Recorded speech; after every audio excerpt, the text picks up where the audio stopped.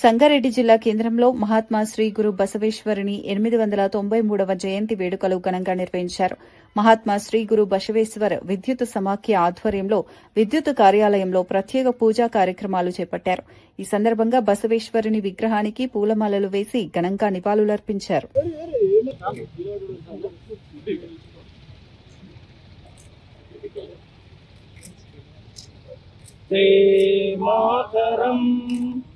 వందే మాతరం సుజలాం సుఫలాం మలయజసి. వచ్చే ఎలక్షన్ లో అట్లా ఇద్దరిద్దరు కాకుండా సింబల్ ఒకటే ఉంటుంది. ఇండిపెండెంట్ తావేయకుండా మనం ఇద్దరం కొట్లాడితే మూడోకి లాభం అయిపోయి వాళ్ళు గెలుస్తున్నారు. కాబట్టి అలాంటిది దృష్టిలో పెట్టుకొని వచ్చే ఎలక్షన్ లో దయచేసి ఏదన్నా ఉంటే మరి పెద్దలు దామల రాజనరసింహ గారు ఉంటారు, సురేష్ శెట్టి గారు ఉంటారు, మరి ఇన్ఛార్జి మన కార్పొరేషన్ ఇన్ఛార్జి వాళ్ళ దృష్టి తీసుకురండి.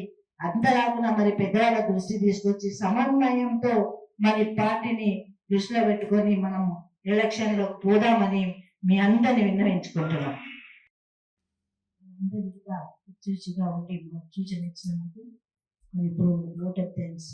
సేవా దళాలు ప్రోగ్రామ్ స్టార్ట్ కాకుండా కిందనే ఎజెండా ఎగరేసి మరొకసారి ధన్యవాదాలు.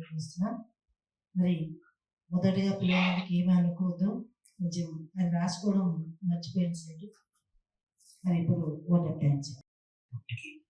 ఈ కార్యక్రమానికి ముఖ్య అతిథిగా చేసిన గౌరవనీయులు రాష్ట్ర మంత్రివర్యులు వైద్య ఆరోగ్య శాఖ మంత్రివర్యులు శ్రీ దామోదర రాజేశ్వర గారికి, అలాగే పార్లమెంట్ సభ్యులు సురేష్ శెట్కర్ గారికి, అలాగే జిల్లా గ్రంథాలయ చైర్మన్ అంజయ్ గారికి, పడంచేరు నియోజకవర్గ ఇన్ఛార్జి కాట శ్రీనివాస్ గారికి, డిసిసి మహిళా అధ్యక్షురాలు అయినటువంటి కాట సుధారాణి గారికి, అలాగే సంగారెడ్డి, సదాశివపేట, కోహిల్, అందోల్ మంత్రపాటి గారికి, అలాగే చిన్న గారికి, మరి ఈ కార్యక్రమంలో ఇంతవరకు ముందుంచి నడిపించిన మా జిల్లా అధ్యక్ష నిర్మల్ రెడ్డి గారికి, అలాగే కాన్సెప్ట్ అలాగే నీలమ్మది గారు కూడా మరి అందరికీ జ్ఞాపకం మనిషిగా కూడా మన్నించాలని చెప్పి మనస్ఫూర్తిగా మీ అందరికీ కోరుచు ఈ కార్యక్రమాన్ని విజయవంతం చేసినందుకు వచ్చిన కార్యకర్తలందరికీ కూడా మీ అందరికీ నమస్కారం తెలియపరుస్తూ మంచి ఏర్పాటు చేయడం జరిగింది.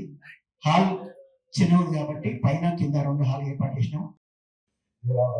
అదేవిధంగా మా పటాచర్ కాన్సెన్స్ ఇన్ఛార్జ్ కాటా శ్రీనివాస గౌడ్ గారు, అదేవిధంగా సుధా గారు, అదేవిధంగా శశికళ యాదవ్ రెడ్డి గారు, సునీత గారు, చిన్న గారు, మా మున్సిపల్ చైర్మన్ గారు సంగారెడ్డి, సరాస్పేట్, ఇక్కడికి వచ్చిన మున్సిపల్ చైర్మన్లకు, అదేవిధంగా వివిధ శాఖల నుంచి ఎస్సీసీఎల్, బీసీసీఎల్, అదేవిధంగా అన్ని డిపార్ట్మెంట్ నుంచి కార్యకర్తలకు, అందరికీ మీడియా మిత్రులందరికీ కూడా నమస్కారాలు.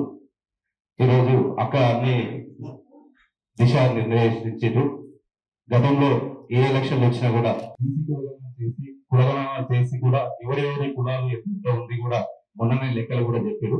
దాని ప్రకారం కూడా మనం అందరం కూడా రేపు జరిగే ఎలక్షన్లలో ఎవరికి సీట్లు కేటాయిస్తుంటే నిష్పత్తి ప్రకారం, కులాల నిష్పత్తి ప్రకారం కార్యకర్తలు, మంచి కార్యకర్తలు, ప్రజలలో ఉండే వాళ్ళకు వాళ్ళని చూసి వాళ్ళని టికెట్ ఇప్పించి గెలిపించుకోవాలని అందరికీ సూచిస్తూ ఈ అవకాశం ఇచ్చిన మా నిర్మల రెడ్డి గారికి కృతజ్ఞతలు చేస్తున్నాం. జై కాంగ్రెస్. మొన్నటి సర్పంచ్ ఎలక్షన్ లో మరి మన కోఆర్డినేషన్ లేకుండా, ఎందుకంటే సర్పంచ్ ఎన్నికలు వ్యక్తిగతంగా జరుగుతాయి. పార్టీ సింబల్ మీద ఉన్నా, పార్టీ సింబల్ లేకున్నా వ్యక్తిగతంగా కొన్ని మన మధ్యనే పోటీలు ఉంటాయి. దానివల్ల అక్కడక్కడ మనకు ఇబ్బంది పరిస్థితి ఉన్నా కానీ మెజార్టీ మనము 70% వరకు కాంగ్రెస్ సానుభూతిపరులే సర్పంచ్ గెలవడం జరిగింది మన సంగారెడ్డి జిల్లాలో. ఇంకా కొంచెం కోఆర్డినేషన్ చేస్తే ఇంకా పెరిగే వాళ్ళేమో. కానీ సర్పంచ్ ఎట్లుంటాయంటే ఎవరైనా పరిస్థితిలో ఉంటారు, ఏం చేసి గెలిచి పెడతా అన్న అంటారు. అటువంటి పరిస్థితిలో ఏదేమైనా మన మెజార్టీ స్థానాలు 70% మనం కూడా కాంగ్రెస్ సానుభూతి పొందే సర్పంచ్ గెలవడం చాలా సంతోషం. తర్వాత మున్సిపల్ ఎన్నికల్లో కూడా మనం పెట్టినాం. ఈ ప్రాంతంలో మనం ఎన్ని చేసినా అది వేస్ట్ అవుతుంది. దయచేసి నియోజకవర్గాలు అందరూ చెప్తా ఉన్నాను, చెప్పాలా, కోఆర్డినేషన్ చేయాలి. ఇప్పుడు మన బాధ్యత మా జిల్లా అధ్యక్షురాలది, మా జిల్లా మంత్రివర్గది ఒకటే సమన్వయం, కోఆర్డినేషన్. ఎక్కడ ఏ నియోజకవర్గాలు ఉందో దానికి కోఆర్డినేషన్ చేసుకుంటూ మనం వెళ్తే తప్పకుండా ఇది కాంగ్రెస్ పంచుకోవటం జిల్లా ఇది. మరి అదే ముఖ్యంగా మన అందరూ కూడా వేదిక మీద ఉన్న ముఖ్య నాయకులతో పాటు మన కార్యకర్తలకు అందరికి కూడా ఒకటే విజ్ఞప్తి, కోఆర్డినేషన్ అనేది చాలా ముఖ్యం. మనం ప్రభుత్వము పార్టీ వ్యవహారాలను బలోపేతం చేసుకోవాలి. సర్పంచ్ ఎలక్షన్స్ లో గెలిచాము, మెజారిటీ. సమన్వయం ఉన్నది, ఇంకా ఆ సమన్వయాన్ని మనము బలోపేతం చేసుకోవాలి. మున్సిపల్ ఎలక్షన్స్ లో ఏమి గెలిచాము.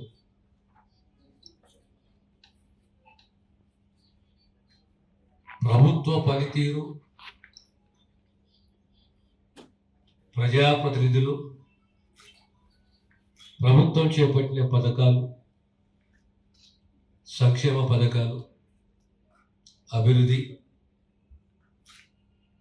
ప్రభుత్వం ఎన్ని అద్భుత కార్యక్రమాలు చేపట్టినా ఆ సందేశాన్ని, ఆ సేవని, ఆ సంక్షేమాన్ని ప్రజలకు చేరవేసే బాధ్యత పార్టీ కార్యకర్తలది. ఎక్కడ పార్టీలో సమన్వయ లోపం ఉన్న, అవగాహన లోపం ఉన్న పార్టీకి నష్టం లేదు.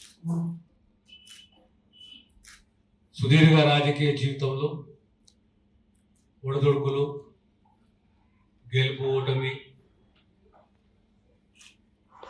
ఇవన్నీ కూడా రాజకీయ ప్రస్థానంలో పార్టీ. కానీ కార్యకర్తను గౌరవించడం,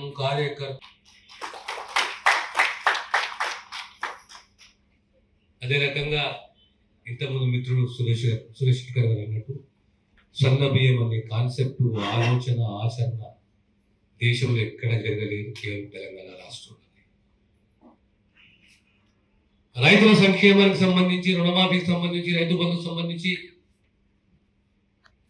సుమారు 1,20,000 కోట్ల రూపాయలు రైతులకు అందించిన ఘనత కాంగ్రెస్ ప్రభుత్వం.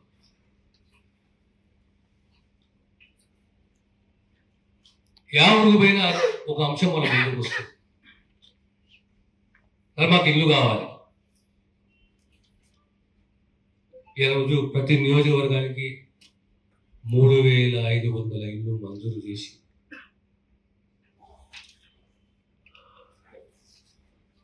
ఈ మంజూరైంది బడ్జెట్ రిలీజ్ అవుతుందా కాదా,